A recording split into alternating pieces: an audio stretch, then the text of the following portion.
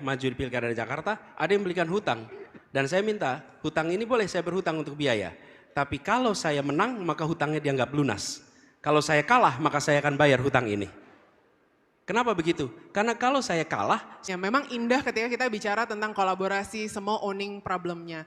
Cuma kenyataannya balik lagi ke masalah-masalah sistemik tadi ya, baik itu perubahan iklim, transisi digital, inklusi sosial, itu relasi kekuasaannya atau sumber daya di dalam proses kolaborasi kan tidak setara. Ketika masyarakat diajak untuk ikut owning the problem dan jadi part of solution itu satu hal Pak. Tapi gimana kalau di dalam tadi yang kolaborasi movement ini memang ada pihak-pihak atau sumber-sumber dari masalahnya sendiri Pak yang nggak mau owning the problem atau doesn't see the problem the same way. Dan begini, yang sering tidak mau kolaborasi itu pemerintah. Pemerintah itu paling enggan. Saya merasakan betul. Saya pernah merasakan di Jakarta mencoba mengubah. Yang lebih sulit berubah itu birokrasinya, bukan warganya. Kalau warganya mau kolaborasi, pemerintahnya nggak terbiasa kolaborasi. Pemerintah itu kebiasa ngerjain sendiri. Okay? Jadi soliter Pak. Apa? Soliter. Sendiri aja gitu. Iya, kebiasa ngerjain sendiri. Sama kepentingan-kepentingan lain juga Pak, banyak di dalam prosesnya. Betul, saya kasih contoh ya. Kami di Jakarta itu ketika harus membangun kampung-kampung, itu kita terbiasa dengan pemerintah datang menyiapkan program, misalnya bangun pengerasan jalan, pengecoran jalan-jalan di kampung-kampung. Itu kita kerjakan sendiri, warga menonton. Kami ubah kemarin pendekatannya, dalam pengadaan barang itu ada tipe 1, 2, 3, 4. Tipe 1 itu dikerjakan oleh dinas, tipe 2 itu oleh kontraktor, tipe 3 dan 4 itu oleh masyarakat. Nah kami mengerjakan tipe 3, tipe 4. Yang enggan siapa? Birokrasi. Nanti repot pertanggungjawabannya. Apa tipe 3, tipe 4 itu? Uangnya, dananya diberikan kepada ketua RW setempat. Ketua RW setempat merapatkan dengan seluruh warga untuk membangun, yang membangun mereka. Anggarannya dari kita, mereka yang belanja bahannya. Apa yang terjadi? Kualitas yang dibangun jauh lebih baik daripada kualitas yang dibangun oleh pemerintah sendiri. Karena mereka merasa this is our money. Dan Jakarta satu-satunya kota, satu-satunya provinsi yang mau mengadopsi pengadaan barang tipe 3, tipe 4. Nanti Anda boleh cek tuh namanya tipe 3, tipe 4. Kenapa? Karena itu tipe gerakan.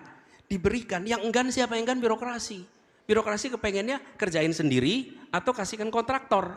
Tapi pola ini memberdayakan masyarakat, mereka yang menyelesaikan sendiri. Nah, urusan lingkungan hidup sebenarnya banyak yang kita bisa kerjakan begitu. Berikan kepercayaan itu pada masyarakat.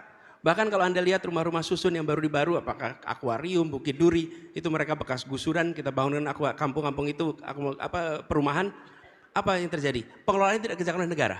Mereka membuat koperasi, kemudian mereka yang mengurus apartemen itu atau rumah susun itu, bukan negara yang mengurusnya.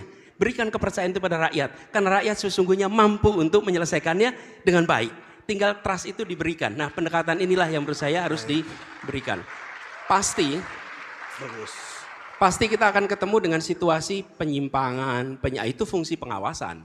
Mau dikerjakan oleh siapapun, kalau nggak ada pengawasan juga bisa ada penyimpangan. Tapi jangan kita berprasangka bahwa setiap dititipkan pada rakyat nanti akan meleset, lebih baik dikerjakan oleh negara. Nah, urusan lingkungan itu justru sebaliknya. Lingkungan kita banyak persoalan muncul karena negara, karena pelaku-pelaku besar di sini. Justru sekarang saatnya untuk give the opportunity for the people untuk involve, engage, and action. Gitu kira-kira. Agak berhubungan tapi beda. Jadi Pak, bijak memilih itu juga movement, tadi senang dibilang gerakan. Jadi kita emang gerakan dari orang muda untuk orang muda yang salah satu tujuannya sebenarnya pendidikan politik. Jadi banyak hipotesis kami adalah ketika tadi Marco bilang mungkin orang muda nggak terlalu atau apatis lah terhadap proses karena nggak kenal proses politik itu seperti apa sih gitu. Jadi kami lewat website bijak memilih kasih informasi nih, misalnya fungsinya partai harusnya apa sih? Terus selama ini koalisi-koalisi antar partai itu seperti apa? Voting history partai-partai seperti apa sebagai bagian dari proses politik.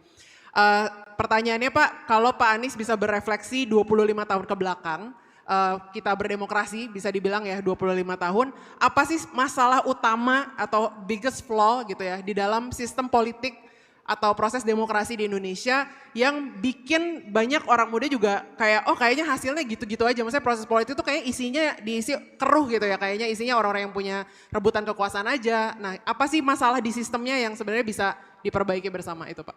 Ya, keruh, rebutan dan lain-lain. Sebetulnya itu bukan sesuatu yang unik hanya di dalam politik, ya. Jadi saya pernah ketemu teman-teman mahasiswa waktu saya masih di kampus, saya tanya, nanti kalau udah lulus mau kemana? Saya insya Allah bisnis Pak. Oh bagus, bisnis. Nggak tertarik masuk politik. Terus dia ngelihat saya itu kayak politik gitu. Enggak Pak, saya nggak berminat ke politik. Saya tanya, kenapa? Saya juga nggak di politik, saya di kampus, dosen. Enggak Pak, politik tuh kotor. Politik tuh penuh dengan intrik. Oh oke. Kalau bisnis bersih ya? Kalau bisnis nggak ada intrik ya? Kalau bisnis aman dan damai ya? Enggak. Coba tanya, kompetisi paling ketat di masyarakat apa? Alfamart, Indomaret. Oke? Iya, itu paling ketat. Di mana mereka bikin cabang, muncul cabang berikutnya. Oke? Betul, iya. Starbucks, nomor satunya apa? Coffee Bean. Coffee Bean. Di mana-mana tuh. Kompetisi antar koran, media massa. Itu pengiriman koran, semua orang yang bekerja di koran pasti tahu. Pengiriman koran itu kompetisinya sangat ketat di bandara. Siapa datang duluan di tempat itu. Oke? Jadi kompetisi itu di mana-mana begitu. Bedanya, kompetisi di bisnis tidak masuk di koran-koran halaman depan. Oke? Iya. Tapi ketika kompetisi politik, masuk di koran-koran halaman depan. That's the Betul difference. sekali.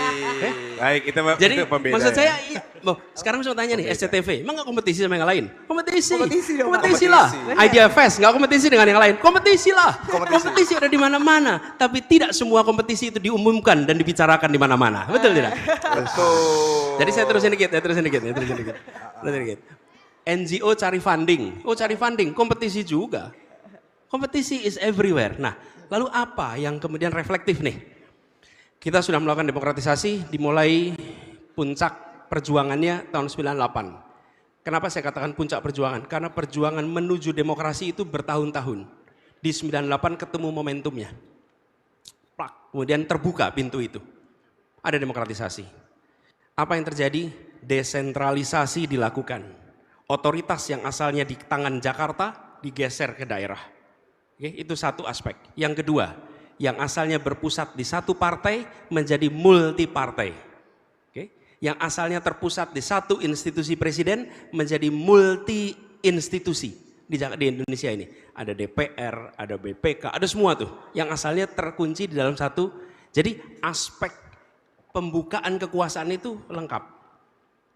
Pemilu yang asalnya pasti partai yang menang itu satu itu, kemudian berubah menjadi tidak jelas siapa pemenangnya. Kan itu terjadi karena pemilu. Nah, apa yang missing di situ? Kalau menurut hemat kami salah satu, bukan satu-satunya, salah satu yang missing adalah political party financing. Political party financing. Karena kita tidak mereform itu. Kita nggak mereform. Bikin Idea Fest ini ada ongkosnya tidak? Ada. Ada biayanya. Mengoperasikan kantor ada biayanya. Mengoperasikan organisasi ada biayanya. Nah, mengoperasikan organisasi politik itu tidak direform, bagaimana kita membiayainya? Apa yang terjadi?